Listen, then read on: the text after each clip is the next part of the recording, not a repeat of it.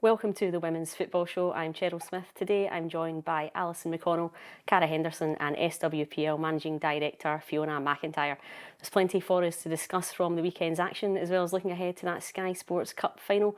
But before we do that, firstly, Fiona, thanks for joining us today. No worries, thank you for having me. Just from your point of view, assessing the season that we've had so far, particularly that title race at the top of the table, it's now neck and neck for the third season in a row. I think this is the best title race we've ever had. It's been close for the last couple of years, as you'll all have known, but to have 4 teams get into yesterday's fixtures all in the same points, I think that's unprecedented. I speak to leagues across Europe and people are talking about the SWPL because it's so competitive. And now as we're about to go into the split, every team can legitimately say it's in their own hands because they've still to play their closest rivals twice. So yeah, really exciting and great from a league perspective, obviously. Yeah, and we've spoken about it on this show all season. When there's jeopardy, particularly at the top of the table, it generates a lot of interest from various different quarters. Is that something that really excites you in terms of where the domestic game can go in Scotland? Yeah, we know post-split, we run the data all the time, and post-split our league's one of the most competitive in Europe, and that's because those top 6 are quite close. And even looking at Motherwell, seen a bit of that game yesterday, Motherwell will be competitive. That's a game that clubs will not look forward to. And then if you look at the results yesterday, everyone can beat everyone, so everyone has to be at their best to get the points, and that's what you want. That's what football is all about, and that's what creates a really exciting title race for us all. Let's take a look then at all the results from the weekend's fixtures. It was Aberdeen 1, Spartans 0, Glasgow City 4, Motherwell 0, Rangers 2, Hearts 2, Queen's Park 0, Partick Thistle 0, Dundee United 1, Montrose 3, and Hibernian 1, Celtic 0. And let's take a look and see how that impacted the table. You can see Glasgow City at the top, equal on points with Hibernian. Rangers sitting in there at 3rd, Celtic 4th. Down in 5th is Hearts and Motherwell making up that top 6. And then the bottom half, Partick Thistle, top of the bottom, Aberdeen, Spartans, Montrose, Queen's Park and Dundee United at the bottom of the table. So first off, Alison, Rangers 2, Hearts 2. Was it a point gained for Joe Potter's side, or was I think it was. I thought it was very interesting that she said afterwards that it might be a big point come the end of the season, and I think if anyone had seen the game, you know, at 2-0, Hearts had a glorious chance to make it 3. At 2-1, Hearts had a cracking chance to make it 3-1, and then Rangers came back into it. So I think on first glance you'll be looking at it and thinking Rangers will be devastated not to have taken 3 points, kept themselves at the top of the table, but the damage could have been more severe, I think. And I think it just echoes what Fiona says. I think Hearts and Hibs this season are definitely in the mix. I don't know if they have the depth to go and force their way towards a title. Hibs I think you've got to see as genuine title contenders. Hearts, I'm not sure if they've got the depth to go, but they're certainly going to impact how the title plays out, as will Motherwell, I think. You know, until Brennan Oliveira scored for City just before half-time, I thought Motherwell were doing a fantastic job, just a frustrating Glasgow City, and that's what they'll do to all these teams between now and the end of the season.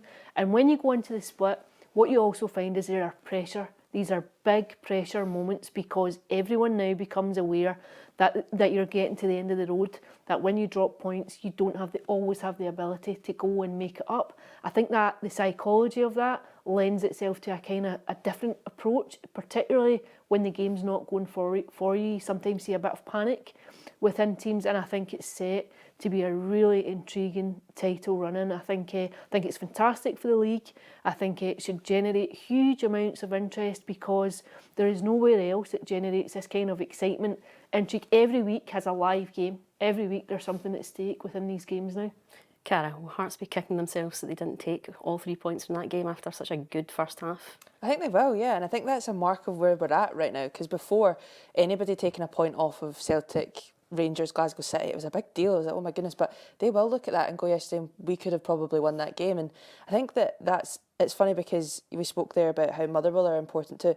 Hearts have dropped points against Motherwell and us this year. If they hadn't done that, that's 4-point swing, and they're in a title race as well. So every single point is really, really important, and I think that's what you want. And I think that it's a right testament to Hearts and Hibs that now them taking points off of the top 3 maybe of what it was, that's not enough for them. They look at the games now and go, we should have won that yesterday. And I think that, as we've said, it does just make it so exciting for the run-in. Yeah, and Celtic also stumbled. They lost 1-0 to Hibs. Alina Siddiqui had said before the game she wanted Celtic to play to their strengths against Hibs, but that scoreline would suggest that didn't come to fruition. She also said she had sensed a belief in her squad when she looked around the changing room that she sensed a belief that they were capable of going and retaining the title, and I think you'd have to say that's a result that severely dents that. I think there is time to recover. I'm not saying that there's anything definitive that comes out of yesterday's results, but I think Celtic's stumbles this season does plant a seed of doubt there at points now. They were able to maybe qualify that in the opening half of the season when you're saying they're competing in the Champions League. It was a really gruelling schedule for them. Even the aftermath of Christmas when they were making up fixtures, it was still a fairly frantic run-in. Now though, they've had an opportunity to take a breather, to take a break, to get back in. I think that is a wounding result, not just in terms of what it does to them in the league table, but the psychology of what it does to them mentally. I also think you have to say now, this is a Hibs team who have comfortably beaten Glasgow City, Rangers and Celtic all since the tail end of last year to now. I think what Grant Scott has done this season with that team is remarkable. I think they obviously made a bit of investment this term, as did Hearts, in terms of full-time contracts, full-time training, and I think you are absolutely seeing the rewards. It's like a throwback, that table now. It's like going back a decade to when Hibs were one of the dominant forces within the Scottish game, and it's really interesting. You look at Glasgow City, I think they've slipped under everyone's radar too. I think sometimes there is a tendency to look at the resources of Rangers, of Celtic, and say there's an expectancy that they go on and claim the title. It's not going to be a straightforward procession in this league for anyone this season. Fiona, when we look at that table there and we see Hibs so close to the top, both Hibs and Hearts, have they shown progress this season that shows that there's visible improvement in the league and it's on the rise as a whole? Yeah, first of all, you're right, it's a throwback, isn't it? We used to see Hibs at the top of the league. But what I would say as a sign of progress is I was involved in the league when there was maybe 22 games in the season, and the league came down to the games between Glasgow City and Hibs. Literally, those teams you knew going into every fixture were going to win. And there was 2 games or 3 games, depending on the format, that defined the season. So as much as seeing Hibs up there as a throwback, what is so good to see is the progress we've made is that there's no certainty of outcome. You could look at the next 10 rounds of fixtures and genuinely find it really difficult to predict what the scores are going to be in each and every game. I think the point about Hibs and Hearts investing is massive. That's what's closed the gap. You can see when players go full-time, that ability to recover is everything. That ability to train in that full-time elite environment that the clubs are now putting them in. Both of those clubs are now beginning to see the rewards from the investment that they've made, and they deserve a lot of credit because they could easily have sort of sat and sort of been comfortably sitting back in 3rd or 4th or 5th and accepting that, but they're really challenging and pushing, and I think it's brilliant for the league. And I think your point about the difference Grant's made in there as well, he's obviously got loads of experience in the SWPL, and you can see that really beginning to impose itself in Hibs performances. I thought it was interesting actually that he signed that 2-year contract last week. I think with the Scotland job still available, I just wonder if he might have been an outside candidate for that one, because I think what he's done at Hibs has been remarkable. I think maybe, I'm not sure if he has his pro licence or not, but I certainly think like the job that he has done makes him ripe for other clubs and other teams to come and take a look at him and say, look at the capability within the squad, look at the improvement. And for me, that's always a measure of a good coach. If you look at players, how they have improved, how they have developed, how they've come on, I think you can look at Hibs individually and collectively and see that there has been a vast improvement in it. I don't think you can underplay the significance of going full-time brings. I think there must be an element of relief in some ways for players. I think that you're maybe some players we know still juggle work commitments and career commitments, but maybe not with the same level of intensity. I think you're still having an opportunity to train every day, access to basic things like physio, to a massage, to recovery techniques, so that you're mentally and physically in the best condition, the optimum condition to go then and give your best when it comes to games. And I think clearly what we would all be pushing for is to see this come through the league as a whole. If you get to a point where this league is a full-time league, I think you'll see the standard develop, and I think you'll see the increased competitiveness in the league, not just within the top 5 as you're seeing now, but all the way down. I think I think that's the direction that it's going in, and I think it augurs well that there's been steps made to try and get there. Absolutely. Well, I think it's probably safe to say Leanne Ross is probably the happiest of the managers from the weekend. They're top of the table. They beat Motherwell 4-0. Do you think that they look like a side that will not relinquish that very small advantage that they have at the moment? I think I've been very impressed with Glasgow City. I think last season, when they were so far off it between Celtic and Rangers, and that was a title decided on goal difference, I think when you looked at it and you looked at the gap, I think there was definitely a question from observers about whether or not this would become the norm. Whether or not it would almost mirror what we see in the men's game, that you have a very dominant Celtic and Rangers and then everyone else. And I think Glasgow City quite clearly answered that over the summer. Another team who invested on and off the park.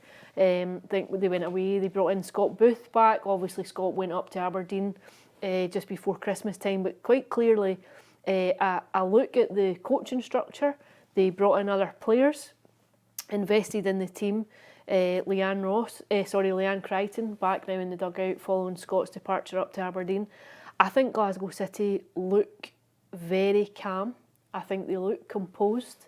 I think there is a belief about that squad, and what you have to remember about Glasgow City is that winning is in the DNA of that club. This was the dominant club for so many years in Scotland. It took so many firsts, going into the Champions League and progressing to the quarterfinals of the Champions League. And what you have there is a coaching setup who knows what that pressure is like, who knows what it takes to win, and who know that there is maybe a greater challenge to their title than they might have had in their own playing days, but they know what it takes to win. And I don't think you can underestimate that. I don't think anyone just now could say with any certainty where they think the league is going. I think there is very, very little in terms of quality between those top teams when you look at what they have, look at their attributes. And I think so much of it will come down to who handles the pressure now of the running. Yeah, and they're another top of the table at the moment, but do you think Leanne Ross and Leanne Crichton will be quite happy to just sort of go under the radar, as you say, all the way to the end of the season? Absolutely. I think you saw it this season, not last season, the season before, when they won the title on the final day of the season at Ibrox. Again, you went into the last day of the season, 3 teams could have won the league that day, and I think, again, huge focus was on Rangers. The game was at Ibrox, massive focus here. Celtic were playing at Celtic Park. Huge focus here, big numbers turning out. Celtic had a record attendance in the build-up to that game. They'd attracted, was it 15,000, just over 15,000 to a game. They'd beaten Glasgow City at Celtic Park. Everyone thought that result, that 3-1 win for Fran Alonso's side, that's the end of Glasgow City's title challenge. And that's exactly what they'd done. It became a put your head down, concentrate in every game, take it to the wire. And they went to Rangers, they won the league in a very dramatic final day. So I think they'll be quite happy just to focus on one game at a time. I thought Leanne Ross spoke very well in the aftermath of yesterday's result when she was asked about whether or not she'd taken a look at what had happened between Rangers and Hearts, about what could potentially happen. Obviously the game hadn't kicked off yet, but what could potentially happen at Meadowbank. And she was saying, no, the minute you do that, you're going to lose focus on your own team. This is nothing about anyone else. It's about what we do. It's about taking every game. And it sounds fairly boring, I think, to us as journalists. We want a headline and it sounds very boring. But she's right. I think it has to just be, almost like a one-track mind. You just tick off the games.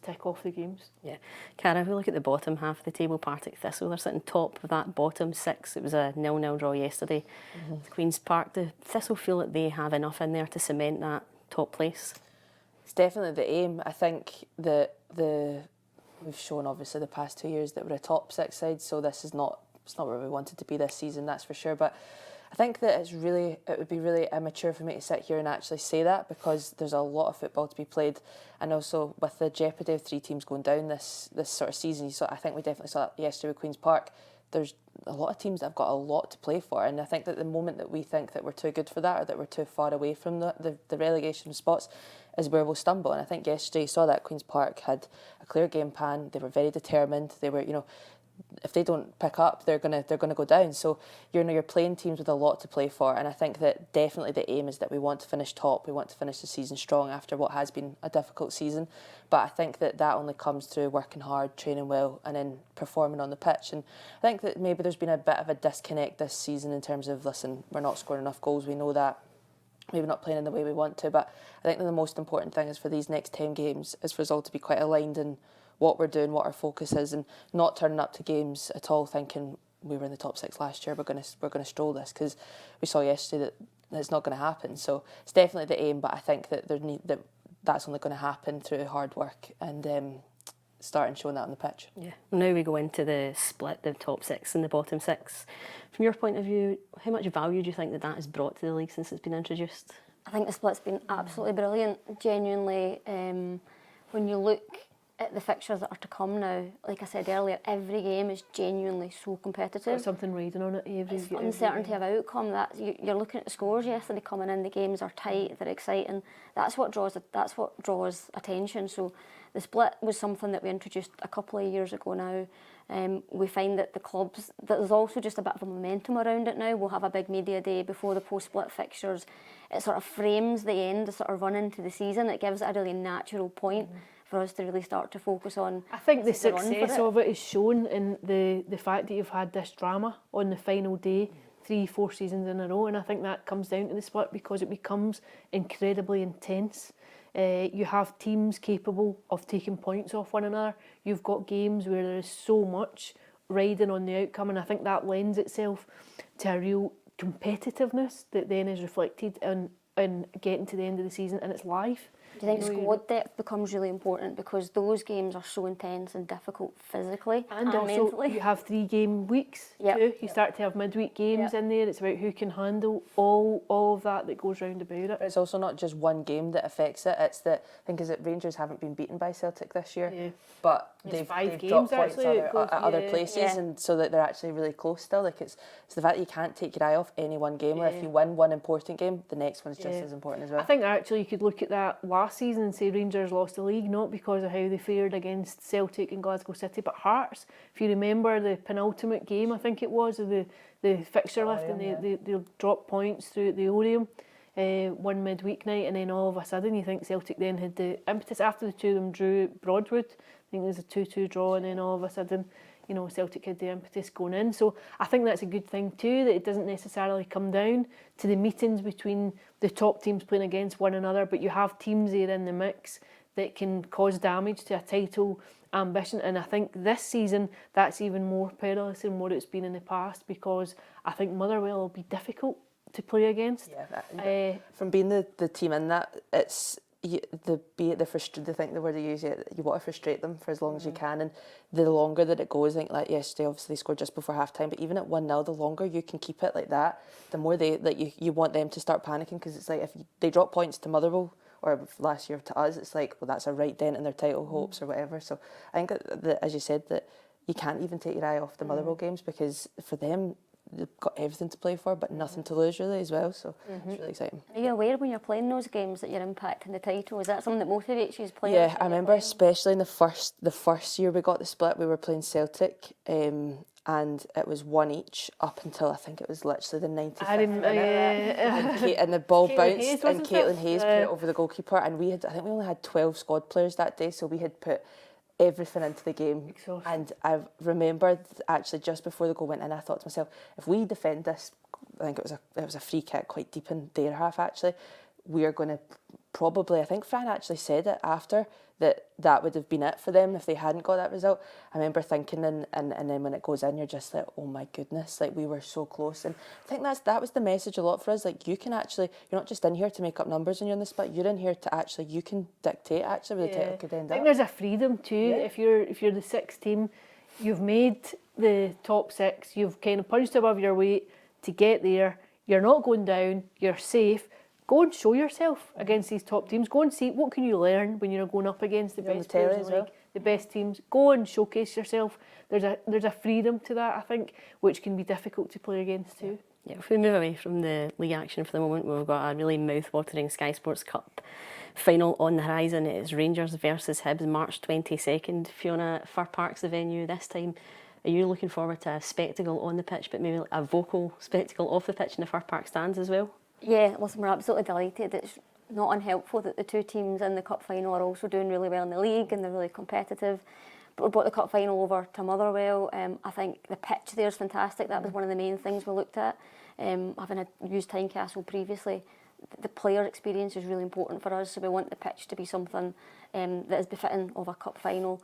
But also the setup there, the stands are pretty close to the pitch. The main stand that the TV cameras will look onto is actually pretty small, so if you fill that, it will feel and look busy. And we want the players to get that real cup final experience. We hope it will be a brilliant game on the pitch, but we're doing everything we can around it to try and attract fans and families along. We'll have family sort of fun day activities and giveaways, and we'll try and make it a proper occasion that's befitting of the league's sort of showpiece event of the season, and gives the players and everyone attending some memories, we hope. I think that's a huge game, actually, in terms of where it fits within the league charge too, because I think whoever comes out on top of this one definitely takes a huge bit of confidence in going into the latter stages of the campaign. And last season, I think it was yourselves and Rangers. It was an amazing day last year. Just when you talk about the full stand last year, when you looked at Tynecastle, and it was obviously the Rangers side and our side, like it looked brilliant, and it felt brilliant. But it's funny, like, see, psychologically, when you've got a cup final around the corner, I think that's why it's so impressive how well Hibs are doing right now, because last year I definitely found was that you're on such a high up until the cup final, and obviously it was a great achievement and probably nobody expects us to win, but see, actually losing the cup final, it does take the wind out of your sails a wee bit. So the flip side of that is then whoever doesn't win that cup final going back, you're still in a title race. It's how you deal with that as well. Absolutely. I think there'll be I think the fact that Hibs beat Rangers so comfortably too will give them enormous credit going into it, and the fact that they've beaten all three teams across the last few weeks, I think they'll fancy themselves very quietly. I think they'll fancy themselves, and it'll be interesting, because were they to prevail coming out of that, you would have to say, wow, what do you take into that now going across, going into the last couple of weeks of the title race? Yeah. Hibs are known for their cup victories. You'll recall when they weren't quite winning the league, but they were competing at the top, and they were so close to Glasgow City. They won the cups. Yeah, they were almost like the cup team. They were almost, team. yeah. And Grant was there, and Grant was part of that. And some of the players, like Rachel Boyle, that's still there now, remember that. They were all part of it. So I think they have got a real culture within that club. That they will be feeling quietly confident. And of handling it. They've been there. Again, you've got people like Joelle Murray who's in there, and who'll be able to just quietly give a wee bit of advice to some of the younger players coming into it. Say, this is how you handle yourself on a cup day, and this is how, play the game, not the occasion, all the boring stuff that you think it's really good to hear from players who've been there and done it before. Yeah. Have you seen, when you look at this particular competition, growth year on year for this one? Yeah, so we've seen, just looking at the metrics in terms of the numbers attending the game, we've had record crowds for the last 2 years, so obviously our target this year again is to get a record crowd and get as many people along to it. Same with our viewing figures. Our first ever live game on Sky Sports was the Sky Sports Cup final. So again, we've seen the viewing figures go up year on year, but just generally, culturally, the feeling of interest in it has grown as well. Just speaking to people, the media events have got busier and bigger, and more people are interested. So everything about it just feels bigger every single year, and that's clearly what we want, because that's what we want to deliver for the clubs. And you said yourself last year, it's a brilliant occasion. It's so different to anything that you normally take part in. Simple things like the LED set up all around, the big screens on. You've got people on the pitch speaking to the crowd. It's just a different occasion to a normal league match, and we want it to feel different and special. So hopefully we break a few more records in a couple of weeks' time. Well, make sure to check out the information below where you can snap up your tickets for the Sky Sports Cup final. It's one not to be missed. That's all we've got time for today. Thank you to Alison McConnell, Cara Henderson and Fiona McIntyre, and thank you to you for watching.